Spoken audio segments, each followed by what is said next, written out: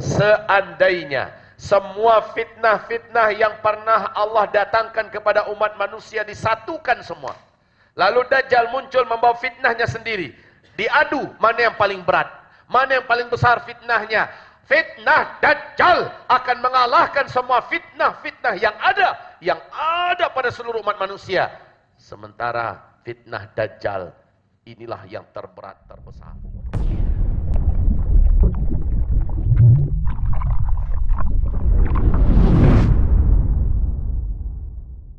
Maknanya, orang Islam yang punya iman kepada Allah tidak akan pernah menyaksikan kiamat, kehancuran alam semesta. Alhamdulillah. Yang penting kita lulus menghadapi ujian yang kedua. Tanda besar kiamat yang kedua, ini yang paling dikhawatirkan oleh seluruh para nabi dan rasul. Apa dia? Munculnya Dajjal. Akan banyak umat manusia di muka bumi, termasuk umat Nabi Muhammad sallallahu alaihi wasallam, yang kafir kepada Allah dan sujud menyembah Dajjal. Dan Rasulullah bersabda, siapapun nanti berjumpa dengan Dajjal, dengan masa Dajjal, jangan pernah bertemu dengan Dajjal. Bila kalian dengar Dajjal sudah masuk ke kota kalian, sembunyilah. Siapapun yang dengan sengaja keluar untuk berjumpa dengan Dajjal, sekuat apapun imannya, dia pasti akan kafir kepada Allah. Saking dahsyatnya fitnah yang dibawa oleh Dajjal. Nanti akan ada seorang lelaki yang merasa imannya sangat kuat dari umatku.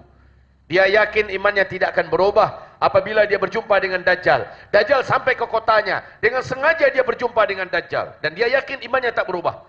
Tapi ketika dia melihat Dajjal dengan segala kemampuan Dajjal, dengan segala fitnah yang ada pada Dajjal, kafirlah ia kepada Allah.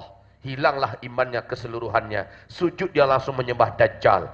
Dan setelah Dajjal pergi dari kotanya, dia tidak akan pernah lagi beriman kepada Allah. Dia kafir sampai mati. Di hadis yang lain Nabi berkata, siapapun yang kafir kepada Allah, beriman kepada Dajjal, maka tidak akan pernah lagi dia beriman kepada Allah sampai dia mati. Dia akan menjadi penghuni neraka jahanam kekal di dalamnya selama-lamanya. Ibarat Allah yang kami muliakan. Baik. Kalau ini adalah finish, maka startnya adalah di sini. Yaitu sejak Allah utus Muhammad bin Abdullah sebagai nabi dan rasul. Di usia beliau 40 tahun di kota Mekah. Sejak itu start. Finishnya habis seluruh umat Nabi Muhammad serentak di muka bumi. Nah, dari start ke finish ini, dalam hadis riwayat Ahmad, hadis ini dinyatakan oleh Syekh Ahmad Syakir, hadis yang sahih, kalian semua akan menjalani 5 fase sejarah. Dari 5 fase sejarah ini, kita sekarang sudah ada pada fase yang keempat. Dan itu pun akhir fase keempat.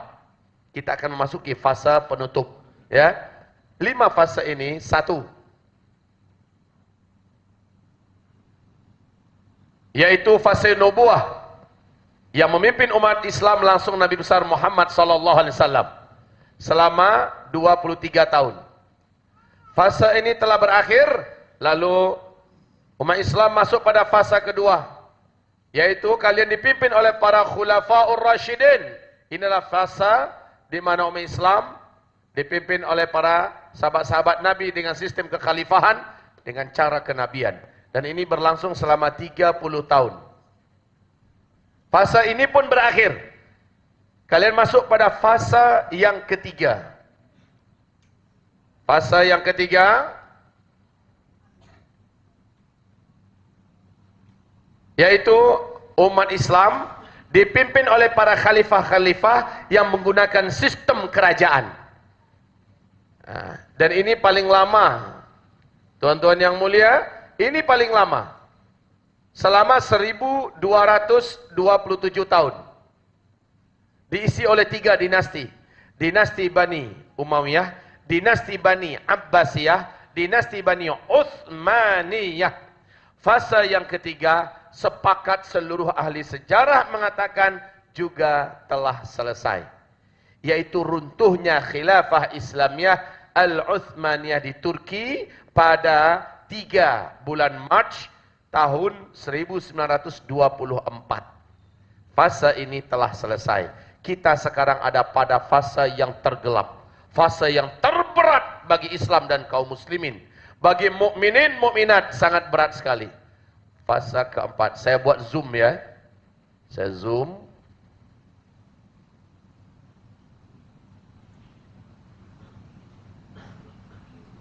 Lihat baik-baik.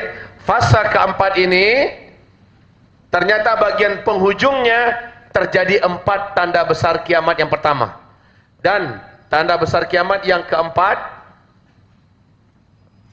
adalah munculnya Ya'juj dan Ma'juj.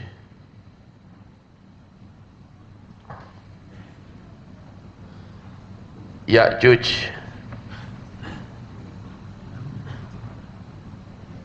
dan Ma'juj. Baik, tanda besar kiamat yang pertama, dukhan. Dukhan. Tanda besar kiamat yang kedua, Dajjal. Jarak antara dukhan ke Dajjal paling lama hanya 3 tahun. Paling lama hanya 3 tahun.